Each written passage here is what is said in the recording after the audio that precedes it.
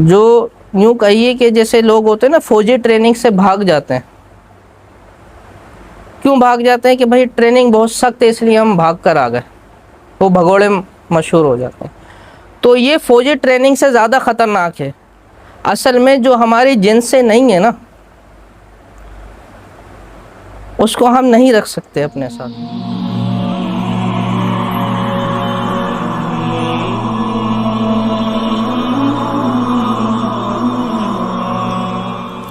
السلام علیکم ورحمۃ اللہ وبرکاتہ. حضرت میرا سوال یہ ہے کہ ایک شخص اگر قبرستان میں یا کسی مقام پر بیٹھ کر چلہ کشی کرتا ہے تو اب اس چلہ کشی کے نتیجے میں مثال کے طور پہ 40 دن کا وظیفہ وہ پڑھ رہا ہے تو کتنے دن میں وہ جو اس کی مخلوق ہوتی ہے اس وظیفے کی وہ ظاہر ہو جاتی ہیں، آ جاتی ہیں؟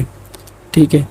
اب دوسری بات یہ کہ اگر وہ پہلے سے بھی عملیات کی فیلڈ میں ہے اور اس کے پاس چیزیں موجود ہیں تو اب یہ جو نئی مخلوق آئی ہے یہ ان کا اور اس بندے کے پاس جو پرانی مخلوقات ہوتی ہیں ان دونوں کا آپس میں کیا ریلیشن بنتا ہے؟ اور تیسری بات یہ کہ جب یہ آ جاتی ہیں تو پھر کہاں رہتی ہیں؟ السلام علیکم ورحمۃ اللہ وبرکاتہ. کہ پہلا تو سوال یہ ہے کہ وہ کتنے دنوں میں آ جانی چاہیے. دیکھیں اس میں یوں ہے کہ اگر کوئی دعوت دے رہا ہے یعنی اس کا مقصود ہی یہ ہے کہ میرے پاس روحانی مخلوق نورانی مخلوق آئے اس کا معاملہ الگ ہے. اور جو کوئی زکوٰۃ اگر ادا کر رہا ہے تو اس میں یوں ہے کہ زکوٰۃ ادا کرنے والے کے پاس کسی چیز کا آنا ضروری نہیں ہے بلکہ اس کا عجائبات دیکھنا بھی ضروری نہیں ہے. یعنی کہ اسے عجائبات نظر آئیں یعنی جس سے اس کو اندازہ ہو کہ کچھ ہوا ہے یہ بھی ضروری نہیں ہے. بس اس نے شرائط کے ساتھ استادات کو پورا کر لینا ہے تو اور استاد صاحب جو بھی ہیں ان کے شیخ وغیرہ ان سے عرض کر دینی وہ بولیں گے اوکے تو آپ کی زکوٰۃ ادا ہو گئی. ٹھیک ہے. دوسرا یہ ہے کہ کوئی دعوت دے رہا ہے وہ کام ہی اس لیے کر رہا ہے کہ میرے پاس مخلوق ہے تو اب یوں ہے کہ جیسے ہی پہلا دن ہوا نا دعوت کا تب سے جب تک مخلوق اس کے سامنے نہیں آتی تب تک وہ دعوت میں ہے. اب بھلے اس کو 1 سال لگیں یا 10 سال لگیں.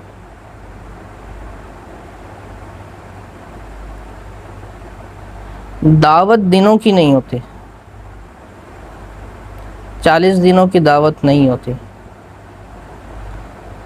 لوگ تجربہ کر لیں تجربہ کر کے دیکھ لیں 40 دنوں میں بہت زیادہ کوئی خوش نصیب ہوتا ہے تو اس کے پاس کوئی مخلوق آ جاتی ہے عجائبات نظر آنا شروع ہو جاتے ہیں.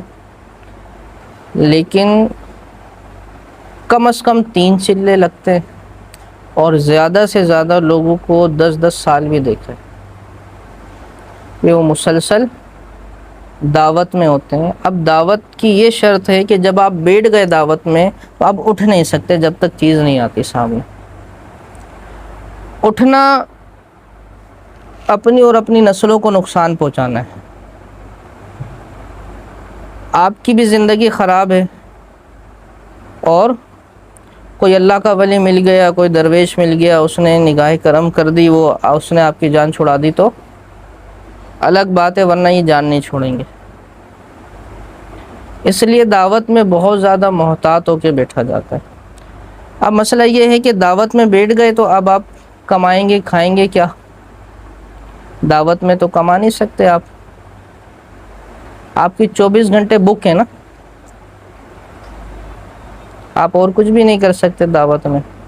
اگر آپ 3 مہینے کا راشن وہ بھی پرہیز والا رکھ کے بیٹھے اپنے گھر والوں کو 3 مہینے کا پیسہ دے کر آئے اور 3 مہینے میں وہ چیزیں نہیں آئیں تو اب کیا ہوا؟ اب تو آپ دعوت سے بھی نہیں اٹھ سکتے جب تک چیزیں نہیں آئیں. گھر والوں کا کیا ہوگا؟ خود آپ کا کیا ہوگا؟ آپ جنگل میں چلے جائیں گے. اگر جگہ چھوڑ دی جگہ تبدیل کر دی وہ بھی شیخ سے پوچھنا پڑے گا آپ کو کہ میں جگہ تبدیل کروں یا نہ کروں.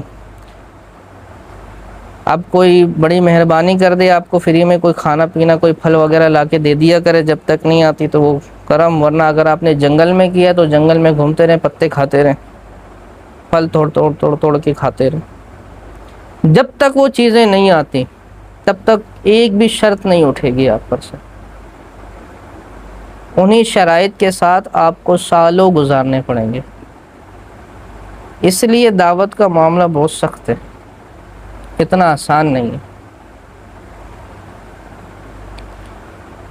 اس میں یوں مثال لیتے ہیں کہ سب کو معلوم ہے کہ زمین کے اندر پانی موجود ہے اور ہم اس کو کھودیں گے تو پانی نکلے گا، لیکن کتنی گہرائی میں نکلے گا وہ جو 10 سالوں سے کنواں کھود رہا ہے نا، وہ بھی اندازے سے بتاتا ہے۔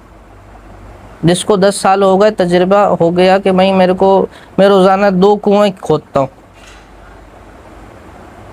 ایسی زمین میں سے اتنے نیچے جائیں گے تو پانی نکل جائے گا، لیکن یہ بھی میرا اندازہ ہے، ضروری نہیں ہے کہ اتنے میں ہی نکلے، ایسی بات ہوتی ہے نا۔ تو بالکل یہی معاملہ ہے کہ آپ دعوت میں بیٹھیں گے تو مخلوق ضرور آئے گی، لیکن کب آئے گی یہ نہیں پتہ، آئے گی ضرور۔ آپ نے کنویں کو کھودتے رہنا ہے، پانی ضرور نکلے گا۔ اب یہ اس میں بات جو ہے نا قوت جاذبہ یا قوت سالبہ کی بھی ہوتی ہے، کسی کی وہ بہت کم ہوتی ہے، کسی کی بہت زیادہ ہوتی ہے، یعنی کھینچنے کی قوت۔ اب اس میں یوں ہے کہ اس طرف لوگوں کی توجہ نہیں ہوتی، حتیٰ کہ اس میں تسبیح بھی یوں چلائی جاتی ہے، اپنی طرف دانہ پھینکا جاتا ہے یوں موڑ کے، یعنی تاکہ وہ ارادتاً اور توجہ ہی ادھر رہے کہ میں کسی چیز کو کھینچ رہا ہوں، تسبیح کا دانہ ہی گھما کے اپنی طرف پھینکا جاتا ہے۔ اس میں بھی یہ بھی تسبیح چلانا بھی ایک جو ہے نا وہ فن ہے، اس کے بھی شرائط ہیں تسبیح چلانے کے، تسبیح کے دانے کو کب کس کام میں کس طرف پھینکنا اور کس طرح سے گھمانا ہے، یہ بھی ایک الگ علم ہے جو استاد سکھاتا ہے۔ تو اس طرف یوں کرنا چاہیے کہ جب کوئی دعوت میں بیٹھنے لگے تو اس کو پہلے وہ مشقیں کرنی چاہیے جس سے اس کی قوت جاذبہ بڑھ جائے، تاکہ اس کو زیادہ دنوں تک دعوت میں نہ بیٹھنا پڑے اور وہ چیزوں کو اپنی قوت سے کھینچ لے۔ اب کسی کی قوت جاذبہ تو ہے لیکن کسی کی توجہ نہیں ہے اس بات پہ کہ میں نے کھینچ کر ان کو بلانا ہے، حاضر کرنا ہے، اب وہ لگا ہوا ہے، کچھ بھی نہیں ہوگا۔ پڑھتے پڑھتے آدھے گھنٹے اس کی توجہ اس بات پہ رہی کہ میں بلا رہا ہوں، باقی آدھے گھنٹے وہ اپنے دنیاوی معاملات میں لگ گیا، اس نے کنیکشن ہی توڑ لیا۔ اسی طرح سے بے انتہا شرائط کے ساتھ بہت سارے ایسے امور ہیں جو یوں کہیے کہ جیسے لوگ ہوتے ہیں نا فوجی ٹریننگ سے بھاگ جاتے ہیں۔ کیوں بھاگ جاتے ہیں؟ کہ بھائی ٹریننگ بہت سخت ہے اس لیے ہم بھاگ کر آ گئے، وہ بھگوڑے مشہور ہو جاتے ہیں۔ تو یہ فوجی ٹریننگ سے زیادہ خطرناک ہے۔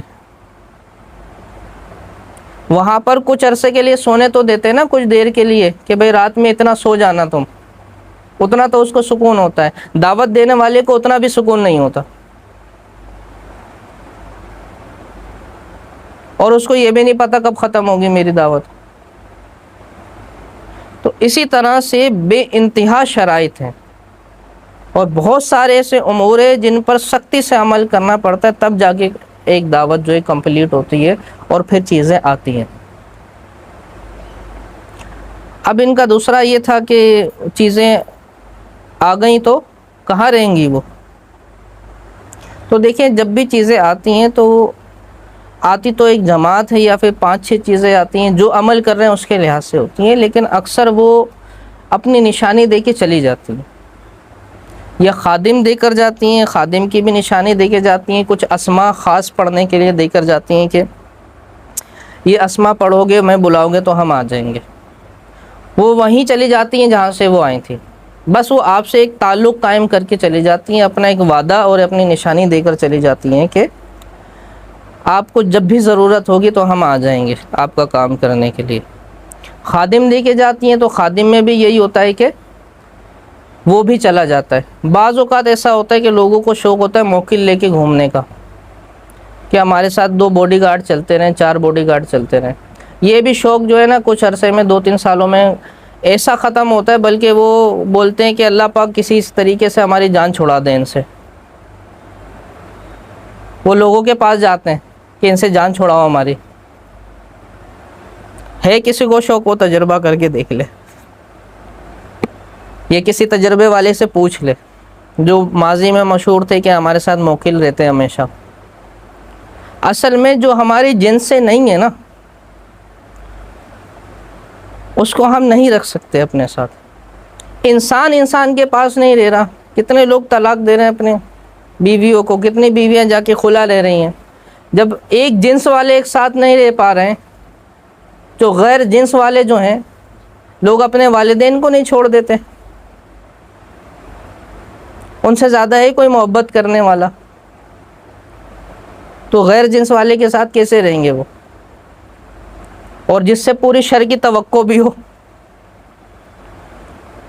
ہے نا؟ تو ایسے ہی ہوتا ہے، وہ جہاں سے آتی ہیں وہیں چلی جاتی ہیں اپنی نشانی دے کے، اور یہ کہ جب بھی آپ کو ضرورت ہو ہمیں بلا لیجئے گا۔ تو یہ جو چھوڑ کے جاتے ہیں جن کو شوق ہوتا ہے ان سے لوگ فرمائش بھی کرتے ہیں، لوگ جو بولتے بھی ہیں کہ ہم ان سے جب وہ آتے ہیں نا شرائط، آپ ہمیں ایسے خادم دیں جو ہمیشہ ہمارے ساتھ رہیں، اس پر وہ اور شرائط بھی لگاتے ہیں، اور وہ بیچارہ جو ہے وہ کسی کو مسخر کیا خود مسخر ہو جاتا ہے، وہ کسی کو کیا مسخر کرے گا، خود مسخر ہو کے وہ شرائط کے ساتھ اپنے ساتھ لگا ان کو رکھ لیتا ہے۔ اب وہ نہ ہوتا ہے نا کہ نہ گھاٹ کا نہ در کا، وہ والا اس کا حال ہو جاتا ہے۔ تو اللہ پاک سب کی حفاظت فرمائے۔ تو یہ ہے کہ وہ اس میں یوں معاملہ ہوتا ہے۔ تیسرا سوال آپ کا کیا تھا کہ اور پہلے سے کوئی عمل کیا ہوا، تو اس میں یوں ہوتا ہے کہ بعض عاملین جو ہے ان کو ایک ہی لشکر میں شامل کر لیتے ہیں، وہ پھر ان لشکر کا نام رکھ لیتے ہیں، پھر وہ ایک بار ہی آواز دینے میں وہ سب کے سب آ جاتے ہیں۔ بعض الگ الگ کاموں کے لیے الگ الگ چیزیں رکھتے ہیں، وہ ان کے کام پر ہوتا ہے کہ وہ کس طرح سے کام کرتے ہیں، تو اس طریقے سے وہ ترتیب دے لیتے ہیں۔ اور